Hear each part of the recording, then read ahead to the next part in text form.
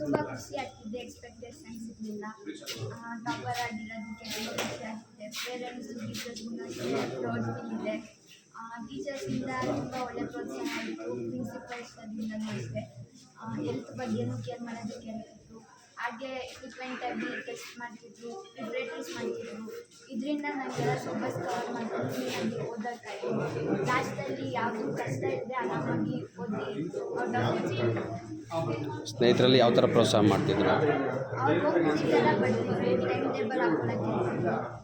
ಡಯಾಗ್ರಾಮ್ಸು, formulas ಅದರಲ್ಲಿ ಏನೇನಿದೆ ಕ್ಲೀನಾಗಿ ಗ್ರಾಮರ್ ತುಂಬಾ ಅದರಲ್ಲಿ ಯಾವುದು ಕಮ್ಮಿಯಲ್ಲಿ ಓದ್ತೀವಿ ಅನ್ನೋದಕ್ಕೆ ಪ್ರಿಫರೆನ್ಸ್ ಕೊಟ್ಟು ಓದಿಸ್ತಿದ್ರು. ಎಲ್ರಿಗೂ ಅಷ್ಟೇ ಈಕ್ವಲಾಗಿ ಟ್ರೀಟ್ ಮಾಡ್ತಿದ್ರು. ತುಂಬ ಖುಷಿ. ಅಪ್ಪ ಅಮ್ಮ ಏನು ಕೆಲಸ ಮಾಡ್ತಾರೆ? ಅಪ್ಪ ಪವರ್ ಮಿನಿಸ್ಟರ್, ಅಮ್ಮ ಅಪ್ಪ ಅಮ್ಮ ಖುಷಿಯಾಗಿದ್ದಾರಾ? ತುಂಬ ಬೇರೆ ಮಕ್ಳಿಗೆ ಏನು ಹೇಳೋಕ್ಕೆ ಇಷ್ಟಪಡ್ತೀವಿ ಪುಟ್ಟ? ಅವರೂ ಸ್ಕೋರ್ ಮಾಡಿದ್ದಾರೆ, ಅವ್ರಿಗೂ ಆ್ಯಕ್ಚುಲಿ ಕಂಗ್ರ್ಯಾಚುಲೇಷನ್.